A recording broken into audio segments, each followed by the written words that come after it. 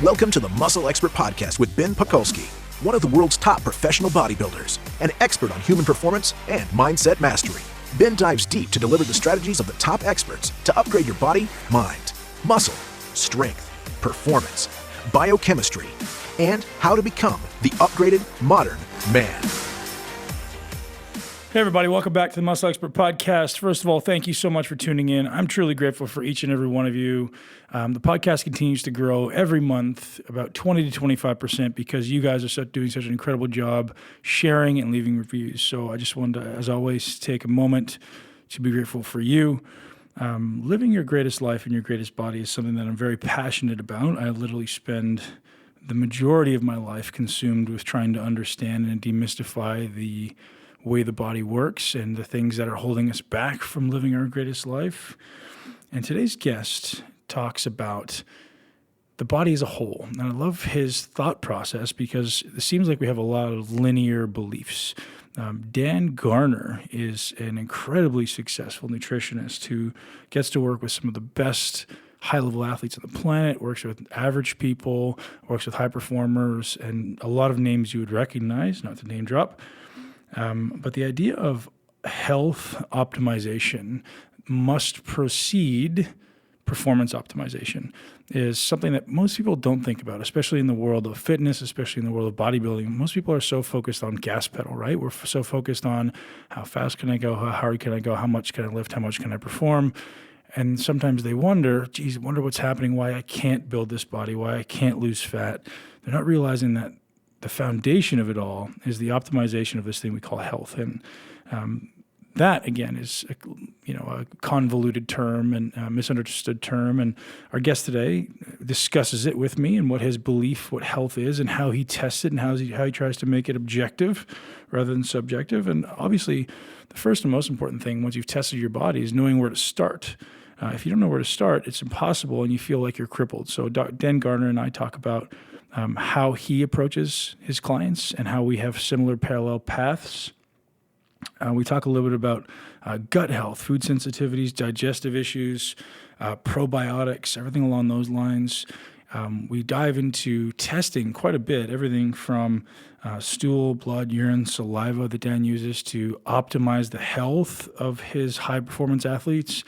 And you're going to notice if you optimize your health, your performance by default will go up for most people. Like 95% of the world, if not 99% of the world, will see a substantial performance benefit from just improving some of these key foundational health markers. And obviously the high-level athletes are the ones who are already optimized, and then and only then are we looking for ways to then push performance. And that's kind of what people miss, right? When you're training in the gym, I say this all the time, the most important thing for you to do is optimize execution. And then and only then does changing sets and reps and volume and load actually matter and actually play a big role. And same thing with your health. So until you optimize your health, the likelihood of having a body that you love is not great, which is why you guys realize, for a long time, my conversation was just about teaching you how to build muscle. And then I've trained thousands of people and you realize that of these thousands of people, a very small percentage will actually get incredible results. And within that, a very small percentage of those people will actually sustain those incredible results. And it comes down to, first and foremost, optimizing your health. And Dan and I talk about how we do that. I give you a lot of insights on how I approach it as well. And it's a really, really fun conversation with Dan Garner. I hope you enjoy. And if you do, as always, please share with at least one person you know who needs a little bit of help in the nutrition column. Thanks, guys. Enjoy the show. Before we roll into the podcast, I want to take this moment to give a shout out to Caitlin714 for leaving us an awesome review. And I'll read it to you. This podcast is nothing short of phenomenal. Ben brings on a variety of leaders in the health industry. Every episode leaves me with the information on how I can continue to strive and be my best self. Caitlin, thank you so much. Caitlin, if you're listening, if you want to shoot an email to trevor@benpakulski.com, we're going to send you an awesome gift pack. So trevor@benpakulski.com. Thank you so much, Caitlin, for your review. And as always, guys, I'm going to continue to give away one prize pack to someone who leaves a review every single time we have a podcast. Enjoy the show. What's up, ladies and gents? Welcome back to Muscle Expert Podcast. I'm sitting here with nutrition expert Dan Garner. Dan, what's up, man? Hey, buddy. How are you doing today? Thanks for having me on. Dude, I'm very grateful to have you here. I've been following you for a while, as I said, and you're doing some awesome stuff with some great people in the nutrition space. Yeah. You seem to have a very intelligent, integrated approach to this entire health optimization, nutrition optimization, performance optimization. And that's what all my listeners are after ultimately is they're each kind of living their own life, each following their own path. And but ultimately, as we talked about before we just started recording here, it all starts with optimizing the health of the organism, and you've got a very unique and successful approach to doing that. I'd love for you to kind of walk us down the path of I walk in your business today. I said, Dan, I want to be strong, I want to be muscular, I want to be fit, I want to be better at everything I do. Where do we start? Yeah, so I absolutely love, that's where we could not have more alignment on health optimization equals performance optimization, because that's exactly was one of the biggest, like when you get slapped in the forehead, this should have had a V8. That's the biggest knock to the head. I was like, God, that makes so much sense. Yep. When it was about 2016, 2015 when I found out that the best plateau buster in this game is health optimization. And in so many cases, I was looking just so adamantly for so many outside factors, such as the periodization approach, the exact percentages, the exact volume intensity frequencies, the exact calories, the exact macronutrient distribution and nutrient timing and ratios and absolutely everything that you could. Perfect workout, right? Yeah, the perfect workout, the perfect time of the workout too. They've got to both be not right. over 30 minutes. Yeah, exactly. 31 minutes and you're going to explode. 30 and 61 minutes and cortisol's so high you're going to die. You might. Yeah, exactly. So all that stuff, although a lot of that stuff is incredibly important, you have to consider the health of the individual first. So to get to that question of if somebody walked into my or just wanted to work with me at this point in time today, what I'll have people do is... So actually, let's before you even go there, let's wind back. Sure. And define health optimization. Like where do you said, if you want to optimize performance, we have to optimize the health of the organism. That's kind of like the basic of it. For sure. How did you define that? Like, what are the basic, pillars of an optimized organism? An optimized organism, there's a lot of pillars to what someone should have. And I like to identify things as health anchors. So when I'm looking at somebody's from a health perspective, I think they should have a fantastic gut health. I think they should have a fantastic sleep hygiene. They should have the sleep length and sleep quality both optimized. I think they should have excellent stress management systems in place. But I think that you should also be looking at other things that aren't talked about as much, such as inflammation status of the body, or perhaps how the immune system is functioning within the body, among many, many other things. There's a lot of different pillars that we should be looking at, and I like to think about it as outside factors and inside factors. Our outside factors are the things that we know from scientific research and clinical trials that we can impact upon the body from the outside in. So how to calculate calories for refeeds, for lean muscle mass gain, for maintenance, for fat loss, what protein, carbohydrates, and fat should be set at depending upon the context of the client, and what type of training volume, intensity, frequency should be set on the client. These are all factors from the outside in, and a lot of people have access to those calculations. So I don't think that those calculations necessarily build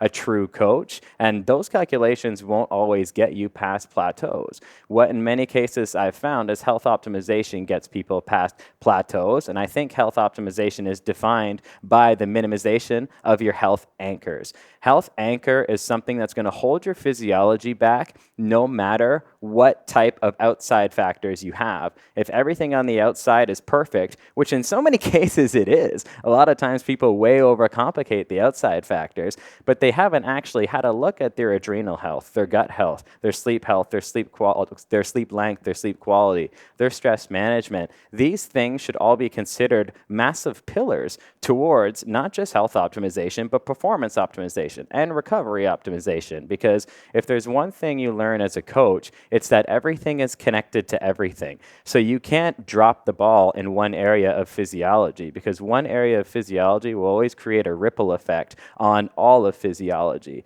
So when you're asking me to define health optimization, I think it's the minimization of the health anchor. And the health anchor is what's going to hold back somebody's results, and our ability to not only identify that health anchor, but then be able to effectively eliminate and or minimize that health anchor is going to be what takes that athlete or person to the next level in their goals. Perfect, man. So I think this is going to walk you down the path of what happens when someone walks into your clinic. But, what are some of the methods using to identify anchors? So obviously, it's pretty subjective. We could say, hey, how are you sleeping? Like, I'm sleeping well, I'm not sleeping well. Yeah. That's pretty obvious. As far as looking at things like gut health and inflammation and adrenals, to talk about some of the testing mechanisms. Sure. So all testing, first and foremost, as you know, should have to accompany questionnaires. So questionnaires, even though they're simple, Sure. a well-designed questionnaire, you can extrapolate a lot of excellent data from that, not just from their physiology, but their Subjective data is lifestyle. so important. Yes, so important, especially important for clinical correlation, from connecting a lab result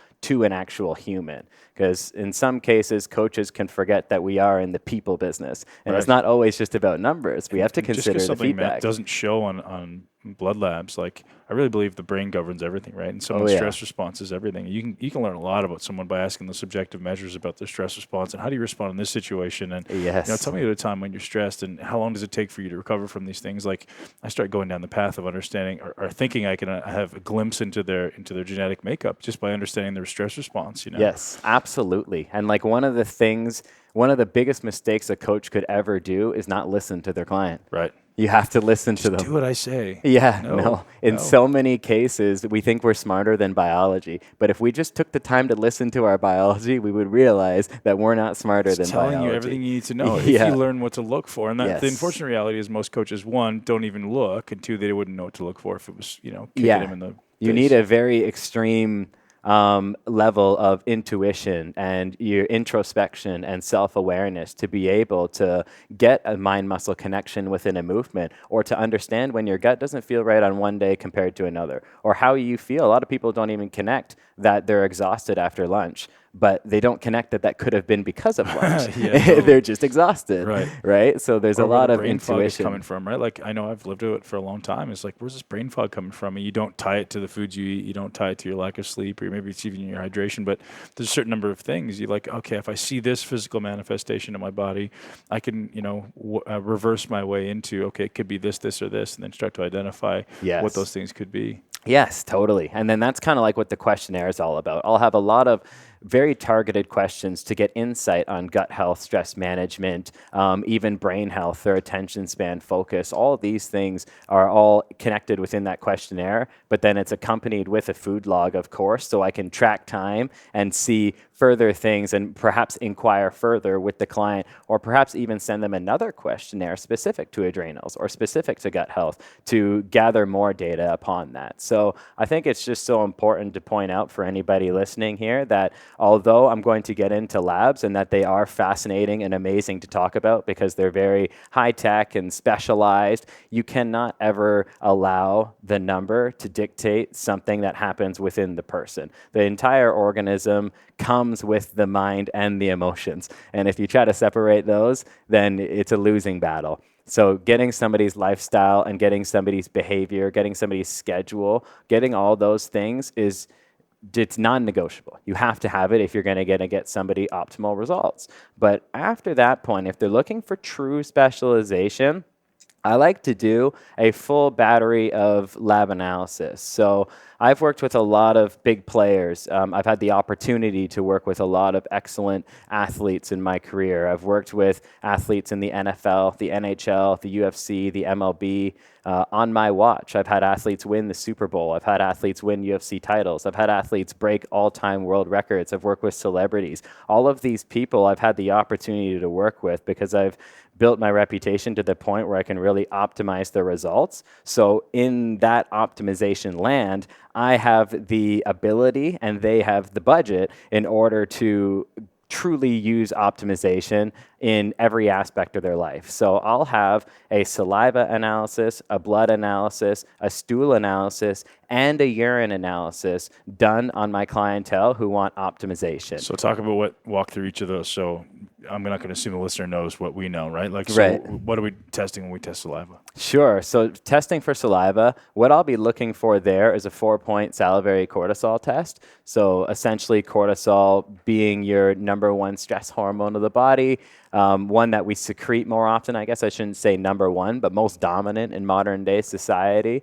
And we're looking for at 4 different points of the day. So cortisol is something that gives us energy in the morning, but it should be something that gradually tapers off throughout the day. And you'll have, with a 4-point salivary cortisol test, you'll spit into a small tube 4 times throughout the day, because we do have normative values at which your cortisol should be throughout the day. So highest in the morning and progressively decreasing throughout the rest of the day. And even if you're not in the normative range, I find like as long as there's a steady progression, Yes. like it's not going up. Yes. Which is it does unfortunately a lot of people. Like those people who attach themselves to being like a night owl. Like, well, you're not often a night owl. So a lot of times, from my experience, people have screwed up cortisol rhythms, circadian rhythms, right? Yeah, absolutely. And that can be of a lot of reasons. Like, one thing that will cause a transient increase in cortisol is a drop in blood sugar. So if somebody has blood sugar issues, they can have an increase in cortisol. So then you can start inquiring further with the client from there.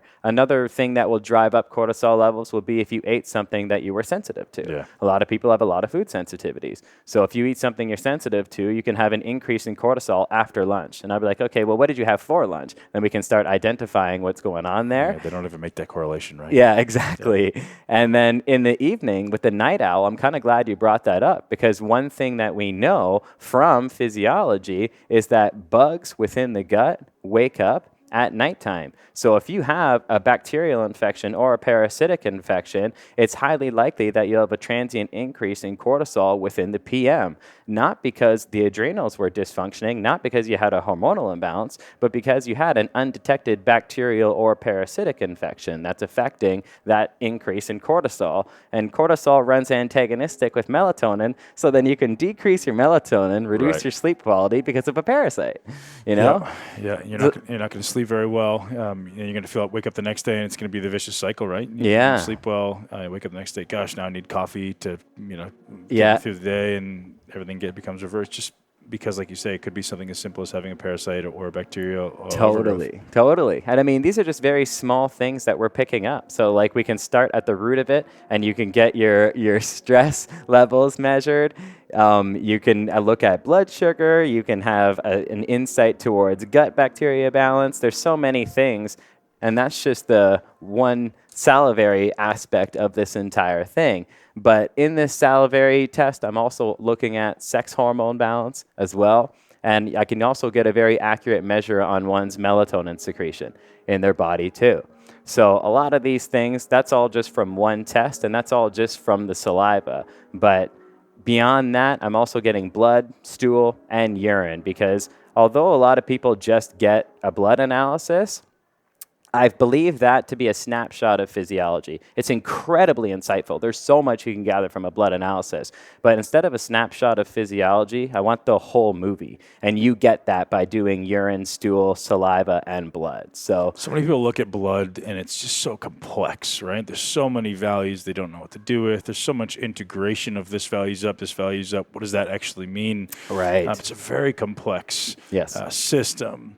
Do you have particular markers that you're looking for, or particular markers that you find tend to stand out that you want to optimize, or is it just like you're trying to bring everyone into the optimal range across the board? Bringing everyone into the optimal range across the board, right? Because each and everything can be its own health anchor. I'm always after that. But like, you'll see things like, and maybe some listeners at home, they'll be familiar with this, because it can really come just with your standard physical once per year with the doctor, is your white blood cell count and red blood cell count and differential. So what the differential means is essentially you're getting what the difference is from the total count. So instead of just getting a white blood cell count in your blood lab analysis, the differential means we're also getting an insight as to how that count was made up, from the neutrophils to the basophils to the eosinophils, all these things that make up, that are all actual white blood cells that make up the total white blood cell count. So when I'm looking at things for optimizing, I'm looking at specifically for blood. First of all, I love blood for food sensitivity analysis. I know there is some controversy in that area regarding food sensitivity testing.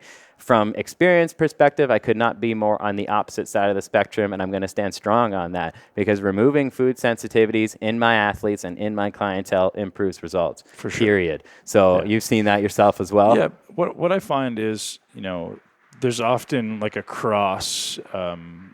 I don't know, cross-contamination is the word, but like if I'm allergic to one thing, there's probably this array of other foods that I tend to be allergic to as well. Yep. So if something shows up, we just, it's very easy to kind of deduce what other things should be pulled out of the diet as well. So I completely agree. But for the most part, if, not everyone can afford an allergy test. And the simplest way to do it is I usually will start with a very limited number of foods for my clients. The idea of, I don't really believe that food diversity is as important as people think. I think it is, but I think we overplay it a little bit, we overstate it a little bit. We, find the foods that work for your body and eat more of them. Yes. And you can diversify within a subcategory. So like a subcategory being like wild meat. Well, I want to have 10 different types of wild meat, but it's still wild meat. And green vegetables. Well, I want to have 20 different types of green vegetables, but it's still green vegetables. Mm-hmm. So I think it's this narrow subcategory of foods that really need to be consumed. And if you eat that way and then slowly try to introduce other things in, it'll be very, very easy for you to kind of deduce, hey, what's working for me and what's not. Yeah, for sure. You want to eat the foods that like you and not just the foods that you like. Right, yeah. And that goes through having that self-awareness and that self-intuition around what you're doing. And when it comes to all of those different types of food rotation, I think food rotation was overemphasized because people love outside factors and they don't like self-intuition. Right. When you look at all this different type of food rotation, they tend to forget the fact that it's not just the foods you're eating, it's the physiology that those foods are going into. That's the main problem. I wrote an article about that yesterday. I wrote a 5-page article about it's not what you eat, right? It's what your body does with what you eat. Exactly. Yeah. And one thing that I would want everybody to take away from this in reference to that type of a conversation is that although two foods may be isocaloric, those foods in no way, shape, or form have to be isometabolic. They can have incredibly different metabolic outcomes, even though the caloric outcome is equivalent. So you have to consider not just the calories and macronutrients of a given food, but the metabolic outcome once that digestion and assimilation process has undergone. Right, and someone at your level, you're walking down that path of, okay, once I consume this food, what's happening? Like digestion begins in my mouth. Is my amylase working correctly? Yes. Is digestion working correctly when it hits the stomach? Is my microbiome working or functioning properly in the intestines? Like walking down that path, okay, then it has to be pulled in the blood. What's happening in the blood? Is there inflammation? Is there stress hormones? Like all these things are going to negatively affect what your body does with the food you eat. And you just walk down that path of all these things that need to happen in order for that food you've just consumed to actually get to where it wants to go. Yeah. Doesn't necessarily mean it's always going to happen. Exactly. And I love that you went down that entire road because you just outlined how many different health anchors. Yeah. Just from eating one food. Yeah. And then if you're able to identify the health anchor, you're able to get the adaptation out of the food and or supplement that you're having, the actual desired adaptation. There's certain lab markers, for example, D-lactate within a urine analysis. If D-lactate comes back high, lactobacillus-based probiotics can actually acidify the colon. And most people, most of the time, have lactobacillus probiotics because that's what you're going to have right off the shelf. But if you didn't do a urine analysis in advance, it gives a good insight as to why some people are like, I took that probiotic, but it actually bloated me. Right. I got a lot more farting. I got belching. I actually got loose stools from that probiotic. Why did that happen? Because the physiology wasn't prepared and didn't have the health foundation yet to properly deal with the metabolic outcome, or in that case, metabolic consequence of introducing the wrong bacteria to the gut. I'm glad you say that because everybody thinks probiotics are this panacea, like take them, and if they don't work for you, it's because you're effed up and you need to take more of them. Like just take more, and then it gets worse, and you're like, gosh, you're causing bigger problems. And most people don't have any idea, myself included, to be honest. It's so complex that I wouldn't even know where to start as to like, what strain do I take? And should this strain be the one I'm taking now? Is this one better than this one? Like, it's so complex. And I'd love for you to start telling us as much as you can in the short amount of time we have about, how we can start demystifying that. Sure. So I think that first and foremost, there's kind of two different pathways of conversation I want to talk. First is you pretty much already covered it, is that more is not better. We've learned that lesson so many times in nutrition. I beat my head on my desk at home about it sometimes, that people always think that more is better, and more is not better. We've learned that vitamin C can provide a lot of benefits for people, but when we take it in excess, it can actually reduce anaerobic and aerobic adaptations from exercise. So we end up with everything. Curcumin, same thing. Too much of an anti-inflammatory can actually blunt the purposeful inflammation we tried to create in exercise. Sure. Dr. Brian Walsh also suggests, I don't know if you know who he is, but he also suggests that curcumin actually can block the body's natural detox pathways. It's very interesting. He showed me some data on it. He's a brilliant guy. Definitely something worth looking into. Yeah, absolutely. And it's always more is not better. So, to tie it back into probiotics and just nutrition in general, everything operates on a bell curve. If you have nothing of anything, then you're in bad shape. If you have the adequate and optimized dose, then you're getting the maximal benefits from that. But adding more to that already optimal dose, in many cases, does not only offer no more positive effects, but actually can start to create a negative outcome. Exactly, yeah. Everybody loves quercetin as an antioxidant, but in high doses, it's carcinogenic. Right. So many things are that way. And so probiotics, first and foremost, what I'll have my athletes have in many cases is 5 billion or less.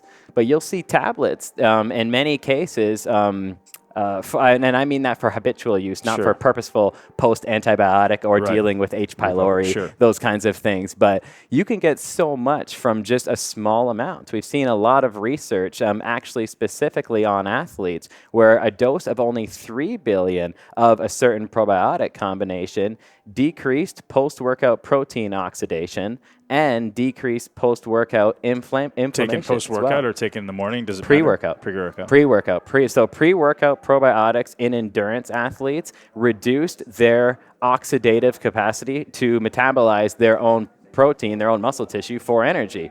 So it was actually a probiotic that created a muscle protective effect in this clinical trial. Any particular strain? Do you know what they Lactobacillus. used? Lactobacillus, yes. Yeah. So it was a lactobacillus combination. And was that across the board, or that was obviously not in all the participants of the study, or was it a select? Across the board. Really? Across the board, yes. Decreased post-workout protein oxidation. Be happy to shoot over the reference for you for the show notes or whatever. Mm-hmm. Yeah, I'm happy to do that. And there's so many other ones, like Lactobacillus gasseri, for example. It's been shown to have a specific effect on reducing belly fat, something a lot of people don't know. It's a bacteria associated with specific belly fat loss. So very unique in that sense. We've seen the decreased post-workout protein oxidation. We've seen the sales across the internet of that product just went crazy. No, context means everything, people. Right. Context means everything. Another one, Lactobacillus acidophilus, one of the most popular of all time. That's actually been associated multiple times over with weight gain. So a lot of people, they're taking it to be a part of their healthy protocol, right? But this is a bacteria that's actually also been associated with weight gain and repeated and validated. So it's something where it's not like, hey, take a probiotic. There's over 10,000 strands of these things, and they do different things to your brain, muscles, body, immune system, digestive capacity. I was in a new health food store just last week here in Toronto, and I walked up to the probiotic section in the refrigerator, and without exaggerating, there was at least 200 different options. Yep. And I was like, how does anyone come into this and actually choose one? Like, short of spending an hour there and reading all the labels, or if my healthcare practitioner had told me, hey, go take this one, I wouldn't have a clue. Yep. Right? So I even asked the lady at the store, I was like, hey, my kids are sick. I need to give one of them a probiotic. What do I take? And she's like, oh, take this one. So, started getting into human strain versus synthetic strain. I was like, I don't know enough about it, man. So, how can anyone else who's just like an average fitness person know this stuff? Yeah, and that's why I think a lot of people could actually do themselves good by pumping the brakes a little bit. Because I think that there's still so much more research to do, and the gut microbiome world is still finding out so much. Let alone the sports nutrition world. We can't sit here and talk like them. So it's entirely different situation. But one thing I could tell you, which it's funny that you brought up the sickness situation, is Saccharomyces boulardii. Yeah. That's one of the ones that's excellent to take if you're traveling. Sure. So if you suffer traveler's diarrhea, it is fantastic for dealing with those kinds of symptoms, and it's been demonstrated to deal with symptoms even in people with IBS and Crohn's disease very effectively. Is that how you usually start a post-antibiotic protocol with SB? Yes. Yeah, definitely. Just like the repopulation repopulation, getting that back in, but also getting wide spectrum in as well. Something that I'm a big fan of for entire gut health protocols, and it's how I operate, is I'm always looking to destroy whatever was the problem in there. Sure. So if it could have been an H. pylori infection or a parasite or whatever it is, we're looking to destroy whatever the issue was. And then after that, we're looking to assist whatever tissue it affected. So a lot of times people will overgeneralize gut health protocols, and I'll do it myself for ease of conversation. But the idea of a gut health protocol is something that's always kind of confused me, because I'm like, okay, so with the gut, we have how well somebody's chewing, what their salivary amylase is, their small intestine, their stomach, their gallbladder, their liver, their pancreas, their large intestine, their gut microbiome, their mucosal lining. So I'm like, hold on.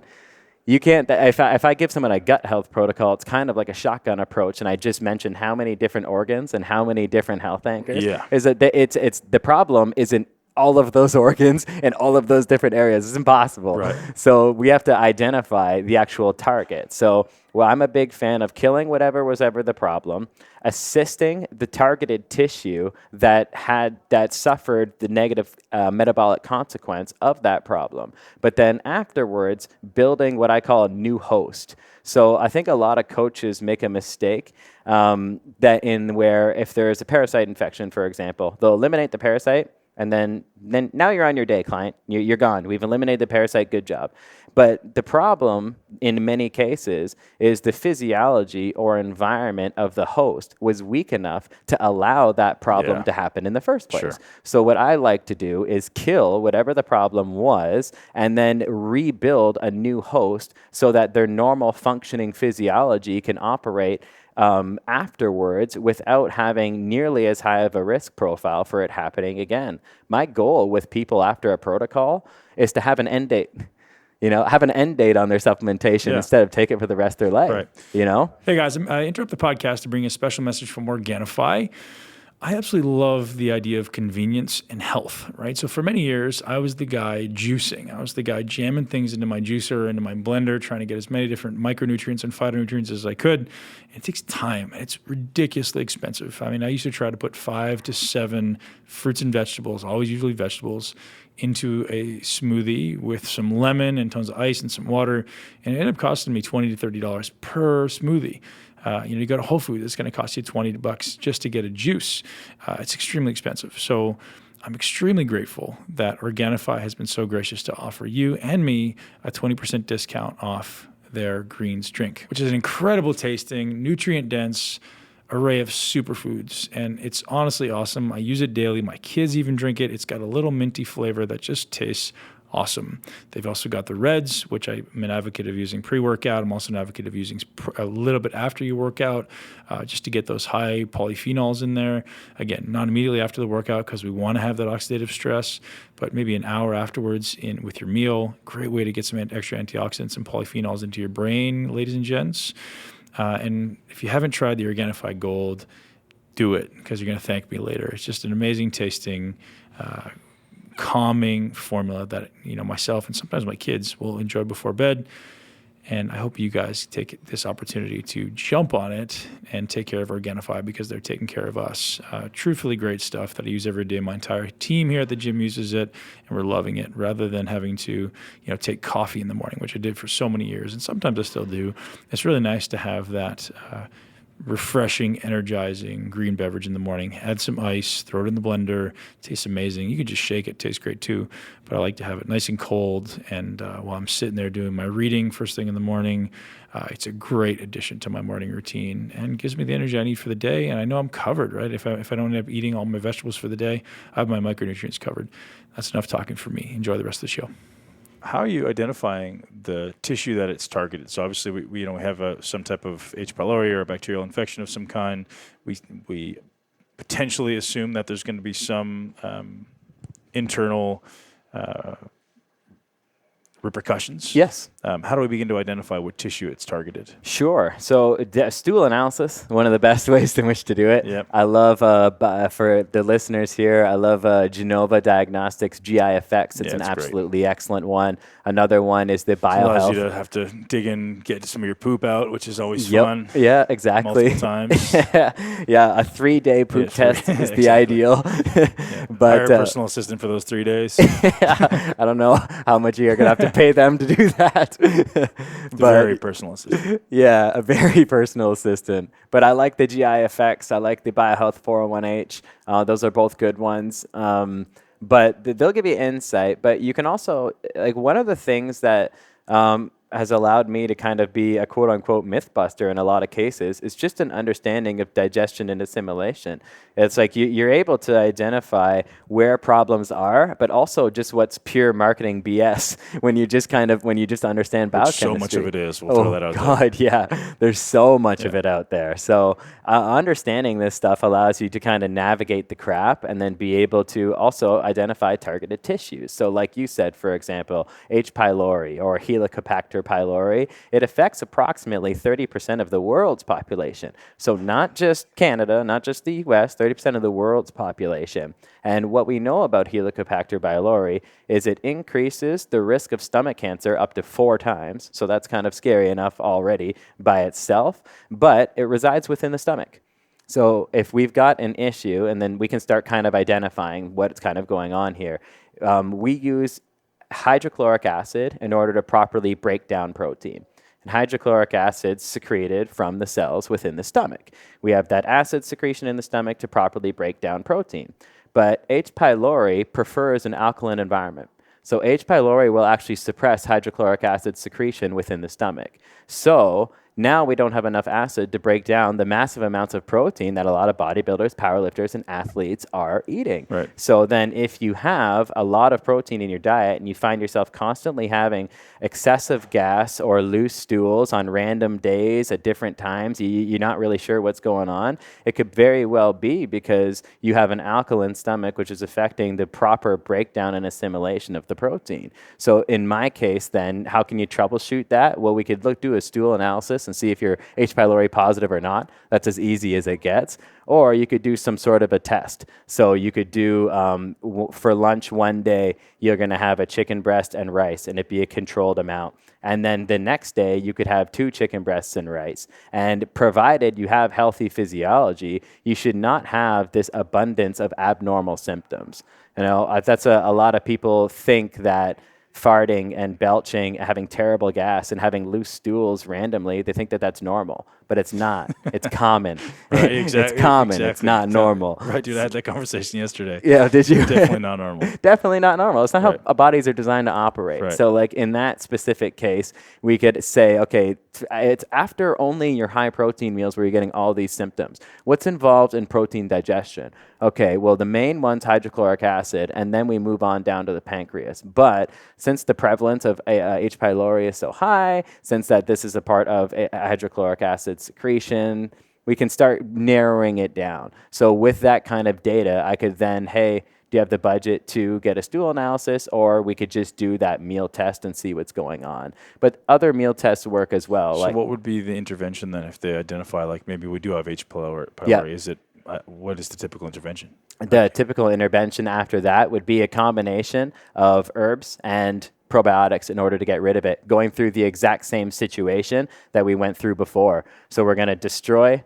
whatever was the problem. We're going to assist the tissue that suffered the consequence of that problem, and then we're going to create a new host afterwards. And the way in which that looks for everybody is different depending on how they filled up, to bring us full circle back to their questionnaire, right, all the way back to what their lifestyle behavior is like. And then the supplementation protocol will be added in conjunction to a type of context that allows adherence to always be the number one rule. Because you can have the smartest plan in the world, but if they can't adhere to it, then that plan means nothing more than a piece of paper magneted to your fridge that you don't follow every single day. Right, it gives you stress every day when you wake up because you're not following exactly. it. So when all that stuff is combined, and then you move forward from there in a client-centered focus as opposed to a coach-centered focus, me telling them what to do. Beautiful, man. Now, one question that came up a few minutes back, and I didn't ask because I want to let you go.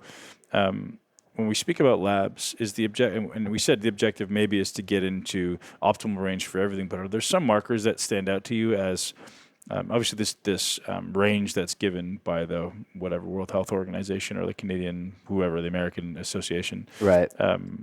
Is average. Is there some values that stick out to you as, no, we don't want to be average, we want to be above that, or is it usually you're just trying to fit in the mid-range somewhere? Yeah, no, I'm always for optimal. That's why people pay me to do what I do. I'm the optimal guy. I look at everything, and I don't like average. I don't like trending low. Right. I don't like trending high, and I definitely don't like low or high. I want optimal. There's always an optimal range for something, and then optimal has to be considered in context too. Like, for example, if you can have a acute increase in white blood cell, and that'll be from inflammation. So if somebody could have a very, say, trending high level of white blood cells, and that could be from acute inflammation.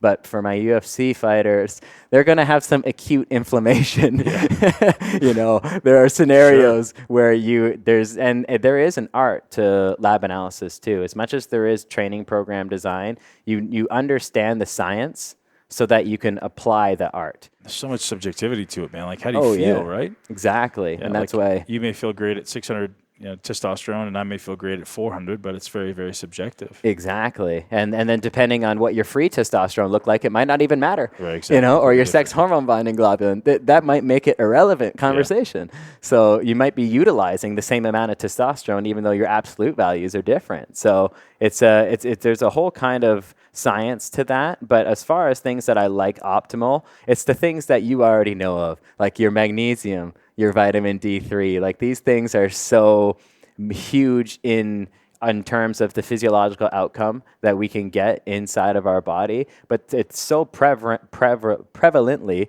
low. Like, it's estimated that 1 billion people across the world don't just have suboptimal levels of vitamin D, but have low levels of vitamin D. Right. So that's 1 billion people. And vitamin D is associated with depression, mood swings. And vitamin D is also, in my opinion, the most underrated gut health supplement in existence today. Really? Yeah, vitamin D should be the backbone of gut health protocols. It has to be there. So it's something that should always be in between 60 and 80 for your optimal range. And I don't want you at 40 just because that's considered normal. I want you in between 60 and 80. So or vitamin D for gut health from a perspective of like actually orally ingesting it to influence the gut health in some way, or just having elevated blood levels? Having elevated blood levels. So injections or pills, it's not going to matter so long. Or sunlight. I can't forget sunlight. Right. So for not just injection pills, but sunlight. And having optimal levels is going to allow for optimal gut health.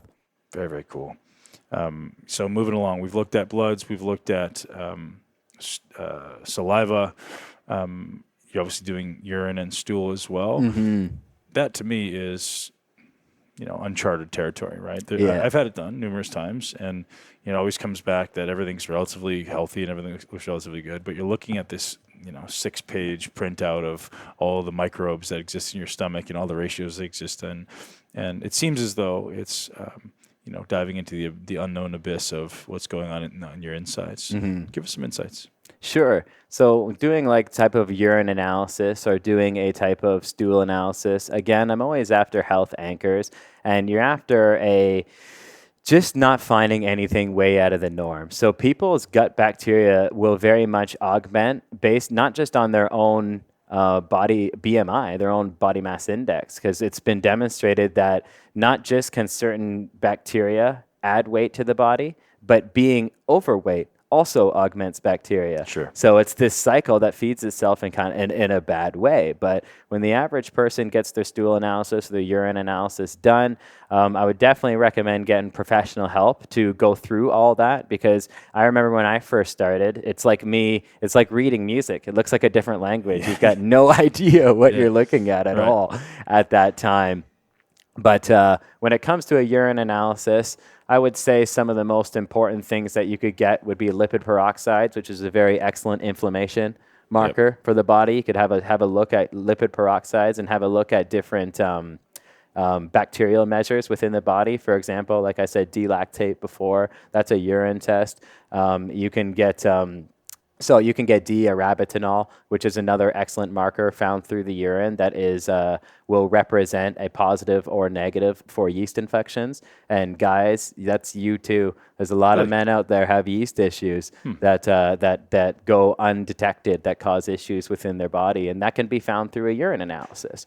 So that's something. Those are some important ones for urine, among so much. Like you and I could sit here and talk for like 12 hours about this, and probably more than that.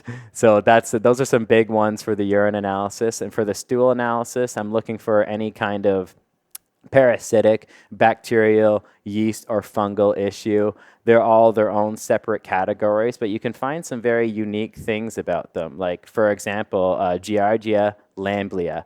That's a parasitic infection, and it's very popular. Popular in terms of infection, not in terms of people liking it, but popular in terms of infection. But Giardia, that's one that can actually migrate to the joints and cause joint inflammation. I've heard of that. So it's very interesting. And it's like, man, my elbow hurts a whole lot on this bench press. And, you know, if all biomechanics are perfect and you didn't have pre-existing injuries, a lot of these things like that, don't rule out parasitic issues. Like I'm a guy who's very big, and like the gut is so connected to so many different things. It's crazy. And when you can have parasites that migrate from the large intestine to your elbow and cause pain, it's just it's something that I think makes a stool analysis irreplaceable. Even though it's uncomfortable, it's one of the biggest things that's a part of my protocol. It's non-negotiable if you hire me as an elite athlete or a high-level business executive, or if you're just somebody who's looking for optimization. We're doing the battery of these tests all for a reason. How often do you do it? For how stool analysis? Just once. Depends on the person. Yeah. What I like people to do, since so many people have problems, I would estimate that about 30% of my clients come to me with a problem within their stool analysis. About 30%. So a third is quite a bit of people. Sure. And when they come to me, I'll identify the problem, and then depending on the problem will depend on the length of the protocol. But I'll have their stool analysis done. We'll get rid of the issue, and then I'll have them redo it in 6 months again. But then at How that do you know point, you're getting rid of the issue? Isn't that with the testing? That is So the 6 6 months months is the later. confirmation. Got it. Yeah. So we identify what the problem was in the first test, and then 6 months later we essentially confirm that the problem is dead, and then I'll have them retest again 1 year later. So test day 1, and then month 6, and then it would essentially be month 18. That would be the next one. And then provided the month 18 test was fine, then once per year would be more than enough in order to optimize health. Some people argue that the urine and stool tests are just this vague, and blood as well, are just this vague snapshot in time. Mm-hmm. How do you feel about that? I agree in a sense, but having a snapshot is better than having nothing. Better than guessing, right? It's better than voodoo. Yeah, exactly. It's better than voodoo, and that's actually a lot of health and fitness these days. Yep. There's a couple of different arguments. So some people will say it's a snapshot in time. It's not representative of physiology, and although that's true, you still get a huge piece of the pie chart of what your physiology actually is. And then another argument, people will say, well, how come I would do blood, saliva, stool, or urine when I can do a genetic test? Because a genetic test is representing of who I actually am. But I would argue the fact that your stool, your urine, your blood, and saliva are who you are too. This is coming from your direct physiology and getting exact outlines on everything that your current physiology is representing today. So I'm huge on lab analysis, not just from the science perspective, but from the results perspective.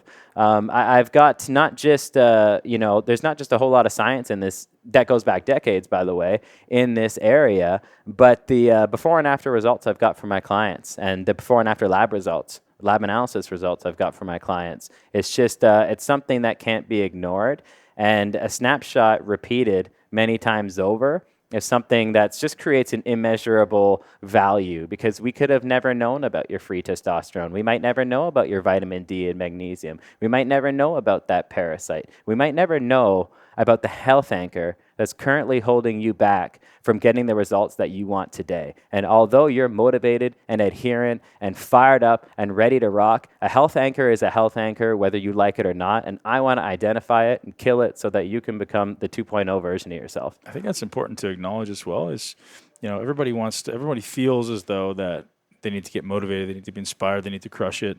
And yet, gosh, I don't feel like doing it today, and I don't feel right. And a lot of that has to do with to use your term, the health anchors. It's like if you're not feeling great, if you're not feeling energized, something's wrong. Like I really believe most human beings are meant to feel amazing. We're born with this amazing vitality and vigor for life, and it just slowly degrades over time because you're not taking care of yourself. You're not paying attention to these objective markers. Like, hey, fix that, and all of a sudden you feel better. Because I lived with it for a long time as a professional bodybuilder, man. Like I was so big, I was so heavy, I was so constantly chasing numbers of being bigger and stronger. And obviously I paid attention to health at many levels, but my tunnel vision on this objective was so much, it kind of overweighed or it outweighed everything else, right? Like I needed to eat more because I wasn't strong enough. And rather than just going, hey, no, you don't need to eat more today. You don't need to train more. You need to fix this thing that's holding you back. Literally anchor is the best term, right? Like you can run as fast as you want in that direction, but if there's something pulling you backwards, you're not going anywhere. So, there's a lot of people out there living this reality of, push, or they're probably getting angry with themselves for not being able to push themselves, not being able, having the energy to live this vigorous, vital life. But it's not your fault. You got to check. Yes. It's important for people to realize that. Yeah, for sure. I mean, and that's happened in my practice where people have actually been to tears talking to me on certain consultation calls because they are motivated and they are inspired and they do follow the plan and they're not getting the results that they want. And that's exhausting because people around them think that they cheat or that they screw up all the time or that or they themselves, you can hurt your own ego. Like my genetics suck. I can't push it. I don't know why this isn't happening for me. Push the onus outside of yourself, right? No ownership for your life. It's like everything outside of me. Exactly. Yeah. And then if that kind of stuff happens, it's a dangerous road to walk down. Sure, and it should be no road anybody walks down when they're trying to improve their health. They should have a positive mindset with their positive physiology. And I totally agree with you. I think a lot of people don't understand how good the human body is actually designed to feel. And when you are able to get rid of these health hangers and you stop telling yourself the story that these things are normal, then you're going to move towards a better life. And if you're going to get your car checked every 6 months, why the heck have you never got labs? Yeah.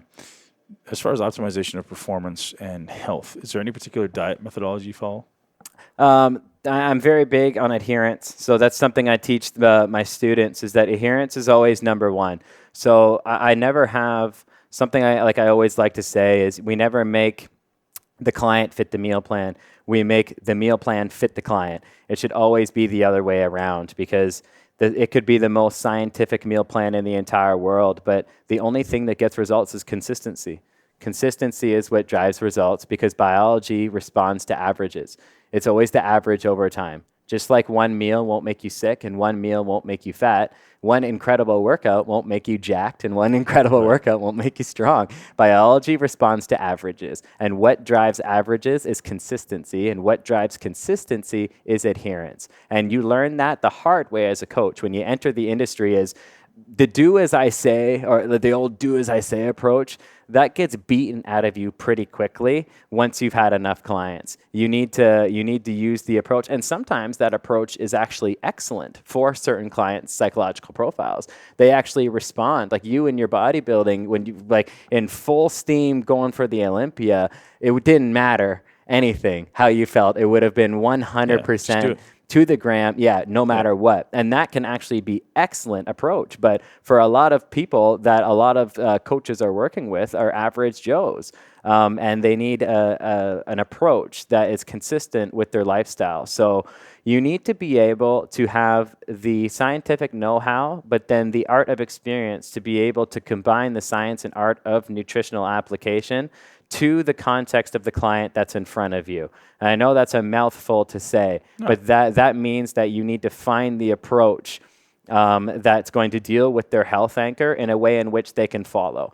I no longer take on clients for less than 6 months for that exact reason. It's because if someone has a goal, I'm like, you know what? I can't choose a diet for you out of the top of my head. I need to learn. So I need at least 3 months to learn what's going to work for your body. And then we can have 3 months to actually achieve a goal. no matter what your goal is, I won't take you on if it's less than 6 months.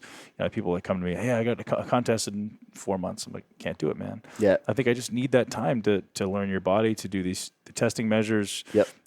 Otherwise, like, it's just guessing. 'Cause I would literally say, go hire somebody else, because any idiot can get you in shape by putting you in a caloric deficit and making you do cardio. That's not the goal.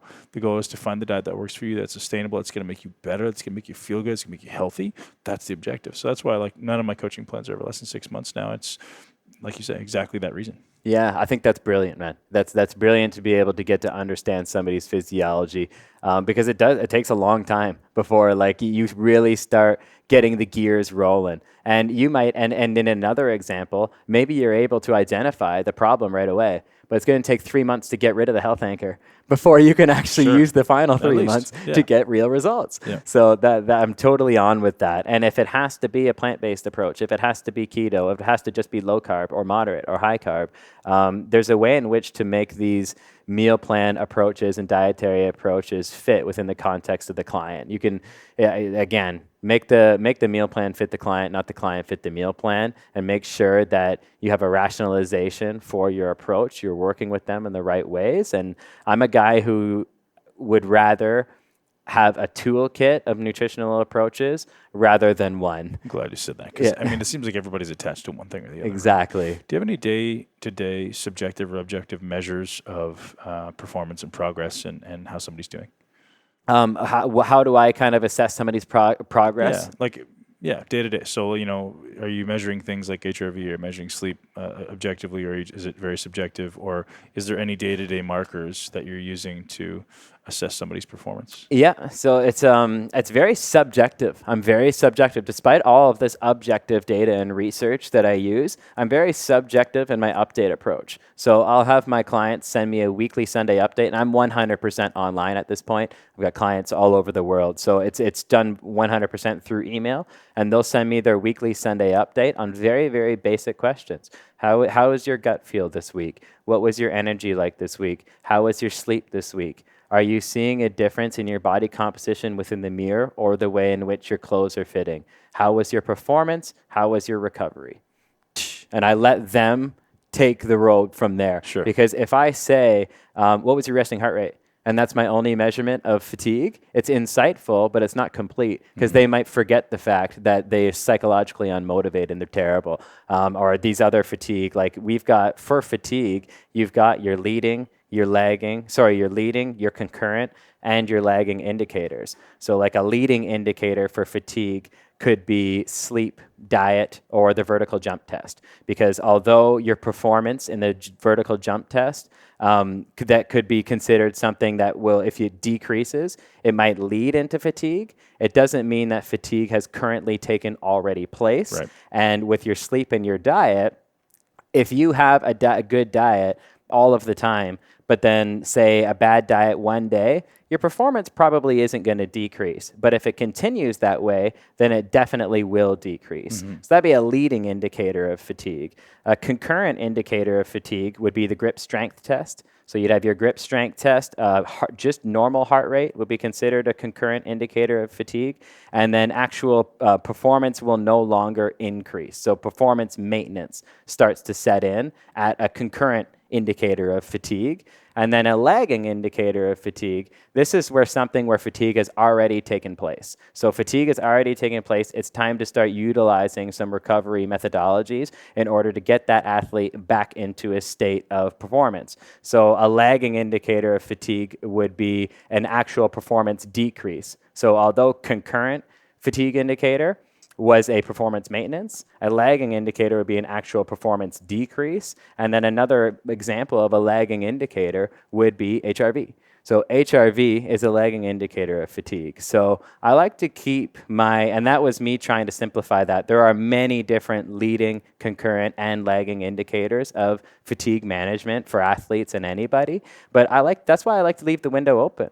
Because if I say, how's your recovery this week, or how's your performance been, then I can let them kind of guide that conversation, because not only does it open up more windows for me to identify leading, concurrent, and lagging indicators, but it opens up the better possibility for the client to gain more self-awareness and that introspection that we need them to have. I want them to ask themselves that question, because if they only have a Fitbit that they look at, they don't actually learn about themselves. That's so important. So I talk about that all the time in my courses, and people are, asked the question about, why were the bodybuilders in the 70s and 80s so much better than they are now? And I think the simplest answer is because they used to think. Like, they didn't have somebody on the internet to watch and then be able to go to the gym mindlessly and just do what that other person is doing. And that's a huge thing, because those guys were able to connect with their bodies. They objectively watched or maybe subjectively watched and said, well, what's working? Is this contracting well? If it's not, I change it. Whereas now it's like, well, this bodybuilder or this great YouTube celebrity looks this way, they train this way, therefore I should too. And there's a huge mistake in doing that, right? Because everybody's built so differently. And the same thing with, your physiology, everybody's so different. So just because some expert says, hey, you should be paying attention to this one subjective or objective marker, doesn't necessarily mean it's going to make sense for you. What you need to do is you need to start paying attention. Like, are you sleeping well? Do you actually feel refreshed in the morning? Is your digestion great? Do you feel tired after you eat? Just like you say, these are the things that stand out. And like, if people don't pay attention, they'll never make progress. And unfortunately, so many people are so asleep, right? And I say that in an endearing way. Like, people just go through their life doing their best to mute out all the signals. Like how loud can we play the radio? How much can we talk when we should be listening? And that's just the unfortunate reality of our society. But if someone wants to be healthy and they want to be fit, it's so important. Just like, shut up. Start listening. Start into your body. Like, be by yourself. Pay attention, rather than always trying to meet the stimulus. And if you're tired, like, don't drink an extra cup of coffee. Feel that, right? Like, embrace that. Like, hey, there's a reason you're tired. Something's not working well. You don't have a coffee deficiency, right? Exactly. Let's figure out what's actually wrong, because human beings don't need coffee to perform. It's not part of like the diagnosis for optimal performance. It's like, no, let's fix your body. Let's make sure you feel great without it, and then we can use it as an ergogenic aid, right? Yeah, for sure. Or if you're in pain, you have an Advil deficiency or an ibuprofen deficiency. These things all come up. You have anxiety, you have a theanine deficiency, right? Like, that's always the joke. It's like, I just need more theanine. No, you don't. You need to fix whatever the hell's wrong. And it's so important to realize that these things are just creating awareness, right? Like, a feeling you have in your body, use that as an awareness. Don't judge it. Don't be angry that you're tired. Don't be angry that you have anxiety. Like, hey, say thank you. I say this to my kids all the time. It's like, oh, that's great. You're tired. Maybe you didn't sleep enough. Maybe we should go to bed a little earlier. Or, hey, you're afraid. That's great. Or like, pain. Pain is great. Like, if you didn't have pain, you'd be fucking dead. Like, you'd stick your hand on a stove, nothing happened. Oh, all of a sudden, damn, I have no more hand. Like, no, you have to be grateful for these things. And that's the simple awareness I try to create with all my clients, is like, don't mask your feelings, man. Don't Tylenol your way to a happy life. Yeah, I couldn't agree more. And I mean, that's kind of like how I've had to move and groove through this entire industry, because although I do a lot of educational stuff now, people forget that I'm a coach. I got into this industry as a coach. And that's like, one big thing that'll separate educators and coaches is the intuition, and knowing how important that is for people to be able to listen to their body and not just go off of some sort of tech geek's new thing that he wants you to strap to your wrist. There's a whole entire area of coaching psychology where people need to take ownership of the process. And there is actually a meta-analysis that I only saw just recently, and it had a combination of 17,000 subjects, and it demonstrated that mindfulness practice every single day decreased the risk of a hospital visit for anything by 43%. So that's of anything. That's of heart disease. That's of being an idiot and putting your hand on the burner and not taking it off. That's a 43% decrease in risk in everything. And that's just, it was a blanket mindfulness definition. So it's so powerful that people own their process. And something that I like to say to my students is, you always want to be able to chase life transformation and not just body transformation. Anybody can put somebody in a calorie deficit for 8 weeks and change their body. But it takes a real coach to create life transformation. And life transformation doesn't necessarily start with the calories and the macronutrients. Life transformation starts with the person that you have in front of you. So throughout the coaching process, them not renewing with you is actually a win. It's a win because you've allowed them to flourish by themselves. They've grown their own wings. They know what to eat. They know how to train. They know how to listen to their body and not train today if they feel like complete crap. They've got the characteristic qualities of success. So in a health and fitness industry age today where so many people are looking for recipes of success, they should be looking for characteristic qualities of success, because those same characteristic qualities that allowed you to launch this super successful podcast, to have a successful online business, to be an Olympia competitor, those characteristic qualities that allowed you to do those things are the exact same characteristic qualities that are going to allow people to stay to their meal plan, to show up for the gym every day, to do their preparation in advance, to do continuing education. Characteristic qualities of things like discipline and preparation and mindfulness are practices of treating the whole client and not just segmented parts of the client. And that's what creates real transformation for people. Beautiful, man. That's what, speaking about my process very quickly, like phase 1 is removing what I call the toxic stimulus. And that's not just like the stuff that goes into your body, it's the stuff that goes into your mind. So people come to me for coaching, and sometimes I don't even write programs for them in the beginning, right? They're coming expecting some amazing workout. I'm like, well, keep doing what you're doing with your workouts. Let's fix this. Let's get you walking for 30 minutes every morning outside, get some sunshine. Let's have you doing 5 to 10 minutes of, meditative, mindful breathing in the morning, like things like that to start coping or giving you coping mechanisms for stress, or start preparing you for a successful day. Like create life habits, just like you say, that are going to allow you to be successful in everything you do, not just in this, short-term window of like, hey, I have to get in shape in 3 months. How do we create amazing habits that are going to transfer into everything I do? So, it's those simple things you do first thing in the morning that, set the stage for the day to be, happy and positive and responsive, not reactive. And, it's a beautiful synergy we have, man, with that conversation. For sure. Hey, man, fix the whole, which obviously we know starts in the brain and, the autonomic nervous system as it governs the body. You fix that and everything else just seems to fall into place. I feel like I have to do so much less now, right? I have all these tools in the tool belt, but like if I just fix these really simple things in the beginning, you're like, oh, I don't have to do any of that stuff anymore. I don't need to, fix the liver as much as more. Now, because the liver is actually able to work. It's able to go through its natural circadian rhythms when this person's actually sleeping. It seems like, as you ascend this proverbial mountain of knowledge, you have this amazing, like we say, tool belt, but there's really just a few things that you usually have to go to, like, oh, do this. And unfortunately, some people don't want to do it. They're very resistant to the idea of meditation. They're very resistant to the idea of mindfulness and like taking 30 minutes by yourself in silence, like do nothing. I'm like, what? I have to do that? No, I have to crush it today. But man, if you just do that, and all of a sudden everything else works so much better, and yet you'll need less supplements, you'll need less, whatever, pharmaceuticals. You'll probably go to the hospital a lot less, like you said. Yes. Yeah, man, so many simple things that if people just adhere to the simplicity of life and, connecting with nature. Man, that's such a huge one. Connecting with nature. Right? And it sounds like I'm being like a hippie, but no, man, just go outside. You get some sun on your face, lay in the grass, play in the sand or whatever. Great podcast I had, coming back to this microbiome piece. Zach Bush talked about one of his favorite ways, one of the best ways to reestablish a microbiome is to go outside into new environments and like natural environments, like not obviously urban environments, but go out into rivers and streams and forests and stuff where there's actually natural microbes in the air and repopulate your gut that way. I thought that was really, really insightful.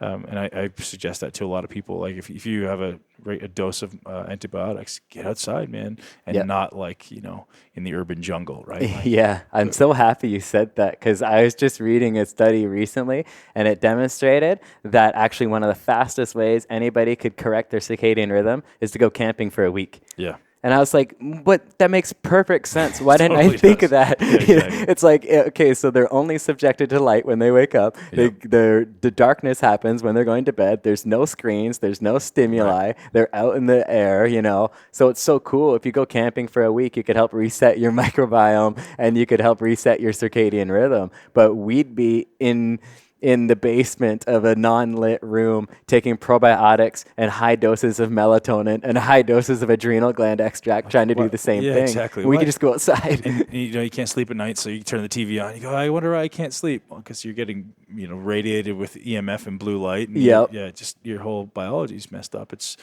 the reality. It's unfortunate that we've evolved. It's fortunate and unfortunate, right? We have these amazing luxuries and these amazing access to this amazing technology, but it also seems to be the demise of our health. So for all the listeners, I think it's very important to realize, and I've taken this complete 180 in the last 2 years as far as going back to, our ancestral health, right? Mm-hmm. Like, what does it look like if I was living 1,000 years ago, or if I was living outside like that? I want to buy a farm. I want to cook my own. I want to grow my own food. It just seems like.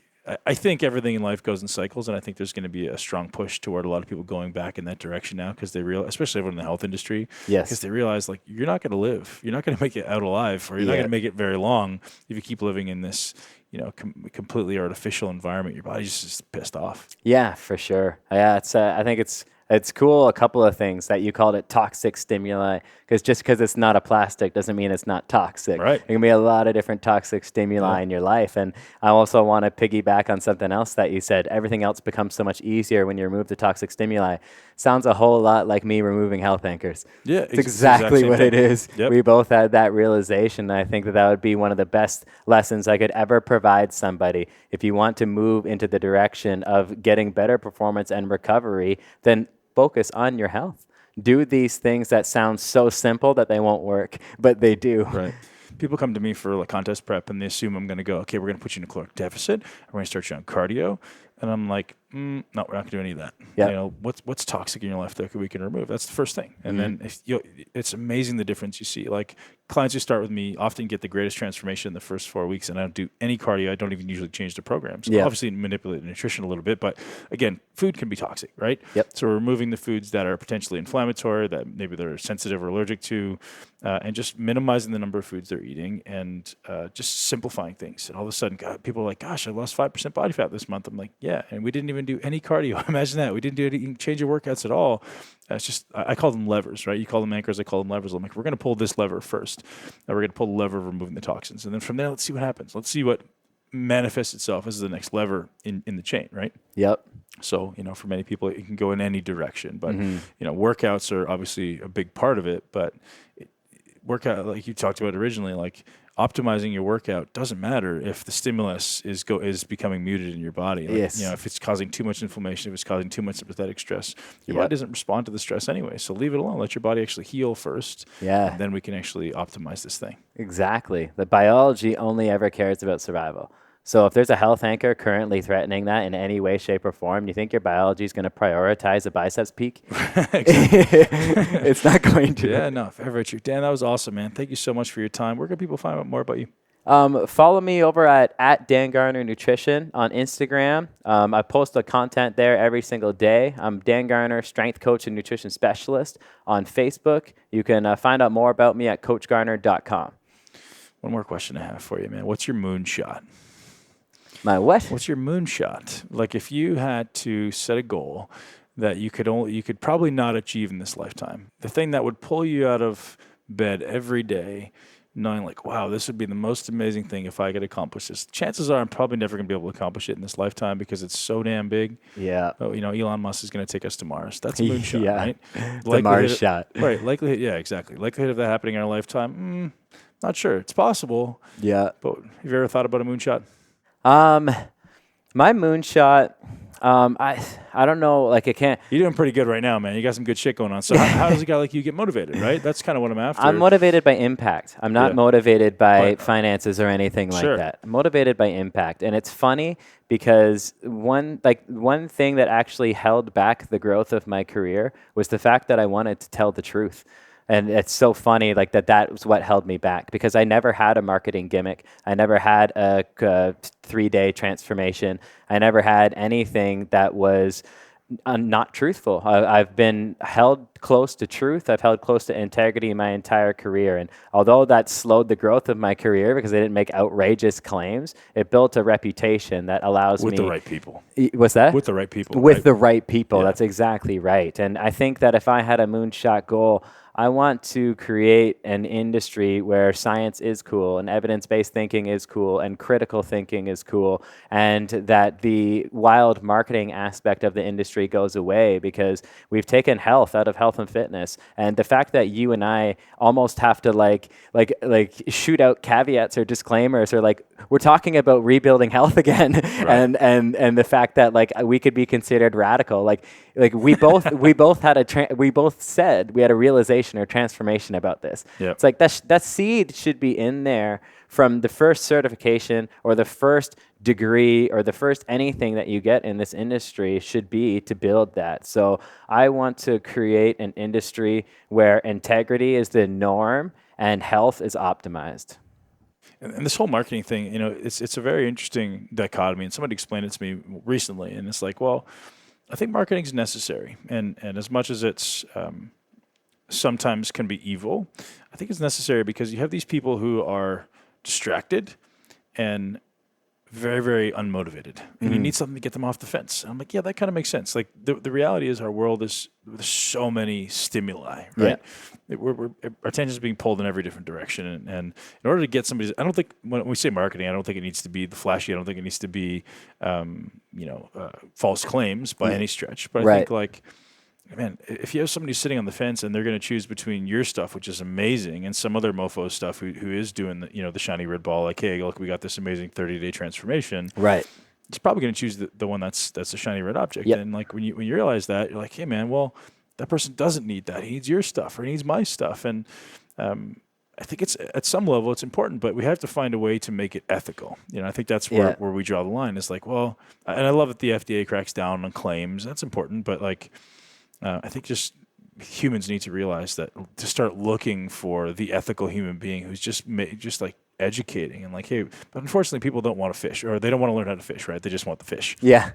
So it's a great analogy. Yeah, we both are living that life where we're trying to teach people a skill set rather than a solution, right? Like everyone just tell me what I got to do. Well, I don't want to teach you what you got to do. I don't want to tell you what you have to do. I want to teach you what you should do because I want you to have that skill set so you can make a decision by yourself because ultimately the situation is going to change day to day, week to week, year to year. And unless you have that skill set, you're always going to be coming back to that place of like, oh shit, I don't know what to do now. Yes. So man, I agree with the idea of marketing sucks, but you're doing a great job, man. You're doing awesome stuff. And I'm going to do my best to sing your praises because, hey, man, it sounds like we're talking to parallel reality here. Sending the same message through. Yeah. I love it, man. Appreciate you, man. Yeah. That was awesome. Thank you very much for having me on, man.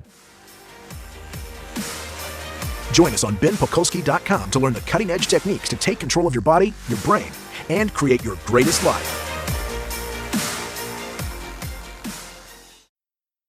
This podcast is for information purposes only. The statements and views on this podcast are not medical advice. This podcast, including Ben Pakulski and the producers, disclaim responsibility for any possible adverse effects from the use of information contained herein. Opinions of guests are their own, and this podcast does not endorse or accept responsibility for statements made by guests. This podcast does not make any representations or warranties about guest qualifications or credibility. This podcast may contain paid endorsements or advertisements for products or services. Individuals on this podcast may have a direct or indirect financial interest in products or services referred to herein. If you think you have a medical problem, consult a licensed physician.